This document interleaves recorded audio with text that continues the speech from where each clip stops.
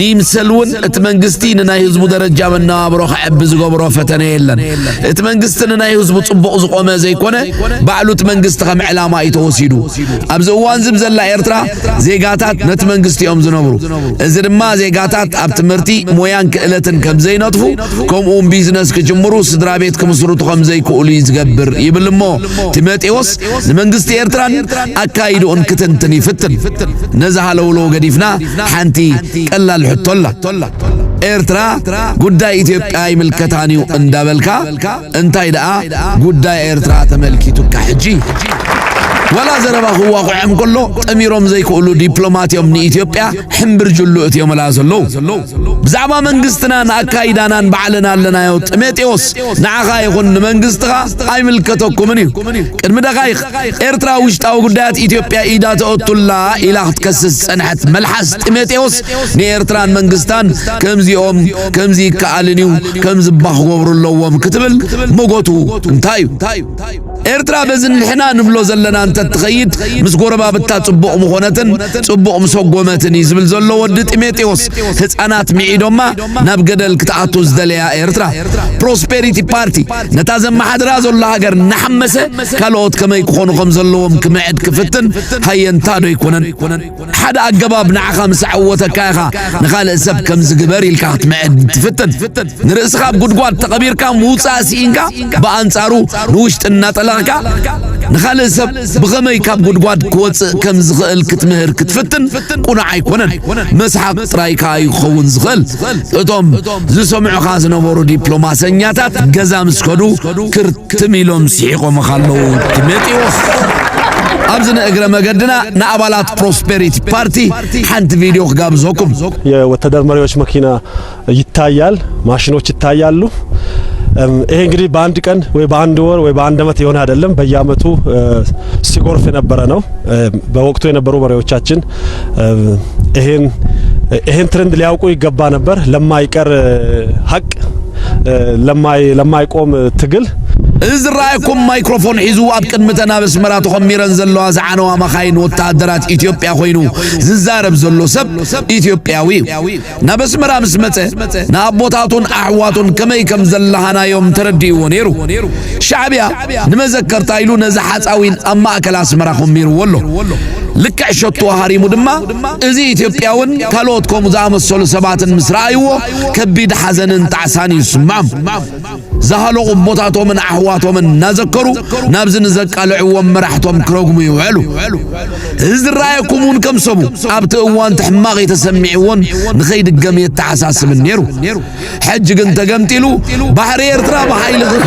كن من زعلنا قبل وعلالو نمزق خارو نتقدم زبولو حق أن يسمعتو كن جابو زينا عند إثيوبيا بتأم يقط أسميت نتسمعين زوري لما يتمكر له كذا جمر مولون በጣም ረጅም ነው በላይ የተደራረበ ነው መታጥ ነው ወዲያው የመጣው ምን ያህል በአንድ ማሽን ምን ያክል ወታደር ነው የነበረው የወታደር መሪዎች መኪና ይታያል ማሽኖች ይታያሉ كما حدا إثيوبيا وبتاع محرقاني تسمعني الناس ذكركوا غريو فتينه كابز جميره بملو بتاع منوحي أبرز رئيس تدر عربي كم ستريو أب حسابي بونو بوز متس حساب أب حدا ماكينة خندي وتهدر نيرو نعزز توتهدرات مكاين الله إذا أب حدا معلتي ويا أب حدا ورحي ويا أب حدا عمد زخونه يكونن ببع موتو زوح الزنبري أبز جزء الزنبور مرحتنا اتأنفت كفلت وقبا نيرو زي تعرف حكي دون زي بالكالسي كما حدا إثيوبياوي زغلو نبرت مسان أوش تزبزح نبرت دما بزح زغوطر إثيوبياو مسان مستم بفقر حبيرنا نبر إيرتراويان مخانو توق أزي يحرقني كم زعينة سمعيت كسمعني ويله أيكون كون متي كريون كله غن وشتي بزح زغوط عني بمرحتنا أزي توقع أيكونون دبت أوانتي حجون زحات أوين انتز كبن انتز شيئا كندي $1,000,000 كوت 5 فلوتي أبت أوانتي بزربن عرق كفت ይፍታሕና ተኻለ መራሕትና ዝወሰዱ ወስጉምቲ በኃይል ናይ ምፍትሑ ነይሩ ኣይተፈትሐን እዚ ንሃገር ዓብ خسارة እዚ ክሪእን ከለኹ ንዓይ ዝተሰማዕኒ ኩሉ መንእሰይ ነዚ ክሪኦ ኣለዎ ውግእ ኣብ ዝኾነ እዋን ፍታሕ ክኸውን ከም ዘይክእል ሓቂ ንምዝራብ ብፍላይ ናይ መጻኢ መራሕቲ ነዚ ክሪእዎ ዘለዎም መስለኒ ስምዒተይ ኣዝዩ ተሓዋዊስኒ ዘሎ ኣዴታትና ነዚ ይፈልጦየን ኢለ ኣምንኒ መንእሰያት ነዚ ይፈልጥዎ ነይሮም ኢለ ኣምንኒ ሓደ ነገር ግን ፈልጥ መራሕትና ነዚ ነገር ይፈልጥዎ ነይሮም እዚ ኩሉ ማሽነሪ ምስ ሰቡ ኣብዚ ይተርፍ ከም ዝነበረ ፈልጡ ነይሮም ስለዚ ደው ምባሉ ማእዘን ምቕያር ይከኣል ነይሩ ግን ኣይተገብረን ከም እትርእይዎ ተኸሚሩ ንዘመናት ንኽቕመጥ ኣብ ዘሎ ቀፂሉ ኣብ 357 ካብዚ ከም ዘይተማሃርና ዘርኢ ተመሳሳሊ ጌጋ ኣባ ድማ እውን ብመራሕትና ተፈጺሙ ከምዚ ዓይነት ዘይቅቡል ኩናት ብሕጂ ኸይህሉ ተስፋ ገብር እዚ ህያው ምስክርን ሓወልቲ መዘከርታን ኮይኑ ከም ዝቕጽል ተስፋ ገብር ቀፂሉ ኣብ 440 ኩሉ ኢትዮጵያዊ መንእሰይ ኣቦታትናን ኣባሓጎታትናን ዝሓለፍዎ መገዲ መራሕትና ዝሓለፍዎ መገዲ ምፍላጥ ኤርትራውያን ዝኸፈልዎ መስዋዕት ምፍላጥ ዝሓለፈ ታሪኽ ምፍላጥ ዝሓለፈ ቁስሊ ምፍላጥ ዝሓለፈ ሕማም ምፍላጥ ምናልባት ንመጻእ እንገብሮ መሰረትን ትምህርትን ክኸውን ይኽእል እዩ ኣዝዩ ርቡሽ ስምዒት ይስማዓኒ ዘሎ ልበይ ተሰሪዩ መንግስቱ ሃይለማርያም ብሂወት ኣሎ ነዚ መጺእ እንተዝርዮ ሕጂ እንተዝኸውን እንታይ ምገበረ እንተዛረብን ክሰምዖ እንተዝኽእል ደስ ምበለን ነዚ ሓቂ ዝኹላትና ክንፈልጦን ክንሪዮን ኣለና ኢልሓስ ኣብ ነፍሲ ወከፍ ማኪና ደም ከም ዘሎ ፍለጠካይ ድሕሪ ኣዝዩ ከቢድ ስምዒት ይስማዓኒ ዘሎ ቤተሰበይ ዝብፅሑኒ ኣብዚ ኩናት ተሳቲፎም ዘይተመልሱ ኣለውኒ ካብዚአን ኣበየነይቲ ከም ዝነበሩ ይፈልጥን ንኣቦይ ምንኣሱ ዝኾነ ሓወቦይ ኣብዚ ካብ ዝተኣጉዱ ሓደ እዩ ማለት እዩ ይቕፅል ኣብ 743 ዝሓለፉ ጌጋታት ከይድጎሙ ዝሓለፈ ጥፍኣት ከይድገም ዝኸድናዮ መገዲ ደጊምና ከይንኸዶ ይብል ነይሩ እዚ ጋዜጠኛ መሳሪያ ላይ ደም እንዳለ ይታወቃል ያስታውቃል እንደ ሰው ነው የሚያዩኝ ከጀርባዬ በጣም ከብዷል እውነት ለመናገር በጣም የከበደ ስሜት ነው የሚሰማኝ የኔ ፋሚሊ የሆኑ ወጥቶ ያልመጡ አሉ በዚህ ጦርነት ከዚህ በየተኛው እንዳለቀ አላቅም ያባቴ ታናሽ አላቅም የት እንዳለ አይታወቅም ስለዚህ በዚህ ከተማገሩት ውስጥ አንዱ ነው ማለት ነው ለነጻነት የምታገልን ህዝብ በምንም አይነት መሳሪያ በምንም አይነት የጦር ብዛት ማፈን አይቻልም ማዘግየት ነው የሚቻለው ከዚህ የጦር መሳሪያ መቃብር ስፍራ ይሄን ሁለት ሐቅ ተብሯል እንመለውዱ መራቲ ኢትዮጵያ ሀብዛ ሐለፈ ጌጋሁም ተማሩ አብ ኤርትራ ጠፈ البزي ብሎ ወታደር ዘክሮ በእጅ ድማ ሆሞ ከጋጠም ኤድኩም አክቡ ዝብል ይነሩ እንተ ሆነ እጁው ንሱ ተገምጢሉ ወድ በሻሻ ጉኖ ኢማራት ቤንጃሚን ፍራንክሊን ተቅሊሉ ዝወተፈሉ ተገምጢሉ ነተ ዝበሎን ተሰማዑን ረሲሕዲ ወይስ ከም ዝረስዕ خمسል ደሊው ባህሪ ኤርትራ ዝገፈልና ከፊልና ክንምዝዑይና ይብላሉ ንዑን ነቶም ካሎት ንኹይናት ዝጉዕር ዘለዎ ከም ወድ ጢሜጢ ወዛ መሰሉ እንዱዳት ዘለና መልእኽት ድማ ክነግረኩም ዓዱ ዓሉ ካብቲ ጌጋኹም ተማሩ ኣርሕኩም ጠሙቱ ሚስ ካልኩሌት እንተ ጌርኩም ግን ከም ዘናብዛ ማኪና ተጻዒኖም ነይሮም ነበረያ ነበረ ዝኾኑ ኣብ መኻይን ተጻዒንኩም ዓለም ከይትቕይሩ ዝብል ህፃን በሻሻ ኢትዮጵያ ዝመጽ 10 ዓመት ካብ አፍሪካ ታዝበለጸት ሀገር ክትከውን ያኽብል መዲሩ መንባሩን ዝከሪ እዚ ከም ሕልም ዝጽላዕ ሕልሚ ነበረን ናይ ኢትዮጵያ ሰላምን ምዕብልትን ሀገር ምዃን ንኢትዮጵያ ጥራይ ዘይኮነን ሁለን ጎረባብታ ሀገራትን ኣርባሕን ኣገዳስኒ ሓንቲ ሀገር ዝህልዋ ጸገማት ይኹን ጽቡቕ ነገራት ብቐጥታ ንኸባቢኣ ዝጸሉ ስለዝኾነ በዚያ ድማ ኤርትራ ብመትከል ንሓድነትን ሰላምን ኢትዮጵያ ክትሰርሕ ጸንሐትን ትሰርሕ ዘላን እንተሆነ ሓንቲ ሀገር ካብ ኩለን ሀገራት አፍሪካ ዝበለጸት ክትከውን ተሐስብ እንተ ኮይና በቀዳምነት ክትገብሮ ዘለዋ ውሽጣው ጸገማታ መፍታሕ ውሽጣው ጸገማታ ናኸፍእ ዝኸይድ እንተ ኮይኑ ግን እቲ ጽቡቕን ኣገምጃዊ ሕልሚ ክትግበር ከም ዘይካል ከይተሓልመ ዝፍታሕ ወላኳ ፕሮስፔሪቲ ፓርቲ ናይ ባሕሪ አጀንዳ እናምጽእ ሸፋፍኖ ናብ ካልእ ኢዱን እናወጣወጠ ክዕብል ኾን ይፍትን እንተሎ ውሽጣው ጸገማት ኢትዮጵያ ነታ ሀገር ክበልዓ ከም ዝተቃረበን ኣብ ኣዝዩ ሓደገኛ ግዜ በጽሕ ከም ዘሎን ኩሎም ፖለቲካውያን ሓይልታት ኢትዮጵያ ብተደጋጋሚ ዝገልጽዎ ዘለዉ እዩ ናብ መደረ ወዲ ጢሜጢዎስ ክንምለስ እቲ ኣብ መወዳእታ ዘምጽኦ ነጥቢ እቲ ፍጊዕ ኢሉና ዘሎ ፍኸራ ብጉዳይ ባሕሪ Without a durable and secure access Ethiopia cannot make the economic progress that would ensure its continued progress. Ethiopia must not be locked in poverty. In the long run, a poverty-stricken Ethiopia will be an Ethiopia that will collapse under the weight of its demographic boom and economic bust. Therefore, the quest for a durable and secure access to the sea is an existential matter for Ethiopia. ጠንቆ ጠባው ድኽመት ኢትዮጵያ ምስአን አፍ ደገ ባሕር ምዃኑ ዝምጉት ወዲ ጢሞቴዎስ ህልውና ኢትዮጵያ ብዘይ ባሕር ከም ዘይከውን ብምግላጽ ቁሉዕ ጥሕሰት ሉዓላውነት ኣዊጁሎ ነዚ ንኻልእን ምስ ኣፍ ደገ ባሕር ተሓይዙ ንዝበሎ ሃለውለው ብሓንቲ ሚኒስተር ጉዳያት ወፃኢ ግብፂ በደር ዓብደልዓጢ ዝሃባ ቃል ክንምልሳ ኢትዮጵያ ኣስተውዕል ጢሞቴዎስ ኢትዮጵያ ክሳብ ምጽአት ዓለም ወደብ አልቦ ኮይና ክትጸንሐ ኢትዮጵያ ክሳብ ዮም القيامة ወደብ አልቦ ኮይና ክትጸንሐ ወዲ ጢሞቴዎስ ነዙ ሓጦ ውሰሞ ጥጥዕሙ ኦኬ ትማልስ ደቂ ዓድዋ ደቂ እንትጮ በዓል ስልጣናት ናሽረ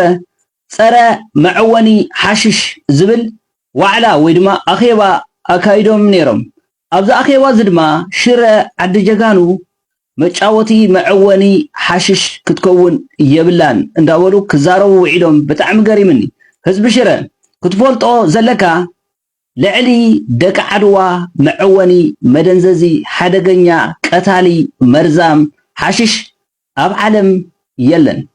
ሓደገኛ ሓሽሽ ኣብ ሽረ ዘሎ ደቂ ዓድዋ ደቂ እንትጮ በዓል ስልጣናት እዮም ንሶም እዮም ሓደገኛ መዕወኒ ሓሽሽ ስለዚ ንዓኻ ዳይሬክሽንካ ንኸስሕቱኻ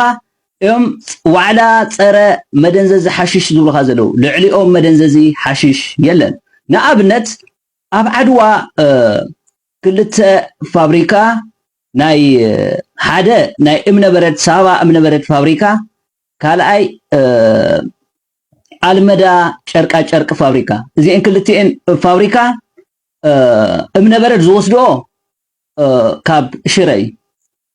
እቲ አልመዳ ጨርቃ ጨርቅ ፋብሪካውን ጡጥ ዝወስዶ ካብ ሽረይ ኢማጂን እቲ ሳባ እምነበረድ ፋብሪካ ዝብለው ዓድዋ ዘሎ እምነበረድ ዝወስዶ ካብ ሽረይ እቲ ፋብሪካ ዝተኸልዎ ግን ኣብ ዓድዋ እዩ አልመዳ ጨርቃ ጨርቅ ፋብሪካ ዝብል እቲ ፋብሪካ ዝተኸልዎ ኣብ ዓድዋ እዩ እቲ ጡጥ ዝወስድዎ ግን ካብ ሽረይ ልዕሊ ደቂ ዓድዋስ መደንዘዚ ሓሽሽስ የለን ንዓኻ ግን ኣብ ሽረ ዓብዪ እስር ቤት ሰሪሖም ን5,000 ምሁራት ጀጋኑ ደቂ ሽረ ኣሲሮሞም ኣለዉ ስለዚ ንዓኻ ልዕሊ ደቂ ዓድዋን እንትጮርስ ዘዕወነካ ሓሽሽ የለን ኣብዚ ምድሪ እዚ ካልኣይ ኣብነት ክበከ ስልጣን ናይ ሽረ 100% ዝቆፃፀርዎ ደቂ ዓድዋ ብሕገ መንግስቲ ኢትዮጵያ ይኹን ብሕገ መንግስቲ ትግራይ بحجة من قصة عدوى بحجة من قصة شيطان بحجة من قصة أملاح دق عدوى ناوشيرة موت يوم سلطان كحزو من معينة موتي يولمن كم يجرم راح يزوم السلطان تلكاني لعلي دق عدوى نعها أو عالم زعونك حشش يلن زي كتفلت عليك أوكي سالسي أبنت كوكا وركي ناي مريت عدو بخا ندورورو نصم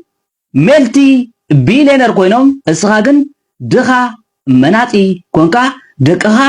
بليبيا እንዳተሰደዱ ፍርቆም ኣብ በረኻ ኣብ ባሕሪ እንዳሞቱ እቶም ዕድለኛታት ድማ ናብ ኣውሮፓ እንዳኣተው ኣብ ኣውሮፓ መፅኦም ሰካራማት ጎደና ሓዳራት ዝኾኑ ዘለው ደቅኻ ደቂ ዓድዋ ስለ ዝዕወኑኻ ብሓሽሽ ደቂ ሽረ ሃፍታም ዓዲ ልሙዕ ዓዲ ዓዲ ወርቂ ዓዲ ጡጥ ዓዲ እምነበረድ ዓዲ ዕጣን እንዳሃለዎም ተሰዲዶም ዝጠፍኡ ዘለው እስኻ ደቂ ዓድዋ ብመዕወነ ሓሽሽ ገይሮም ስለ ዝዕወኑኻ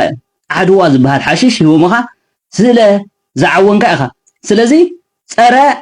መዕወኒ ሓሽሽ ዝብሉኻ ዘለው ንዓኻ ኣቕጣጫኻ ንኸስሕቱኻ ኣብ ሽረ ዘሎ ሓደገኛ ቀታሊ መርዛም ሓሽሽስ ደቂ ዓድዋ ኦኬ ካልእ ኣብነት መይሰኽበከ ኣብ ሽረ ወርቂ ንኸውፁ ልዕሊ 20 ዓይነት ኣብ ዓለም ዘይፍቀድ ን300 ዓመት ንህዝቢ ዝጎድእ መርዛም ኬሚካል ንእንስሳታት ዝጎድእ መርዛም ኬሚካል መሬትካ ዝብክል መርዛም ኬሚካል እንዳፍሶስልካ ደቂ ዓድዋ ንስኻ ግን ኢድካን እግርኻን ኣጣሚርካ ኢኻ ትሪኦም ንምንታይ ኢኻ ኢድካን እግርኻን ኣጣሚርካ ትሪኦም ዘለኻ ተልካኒ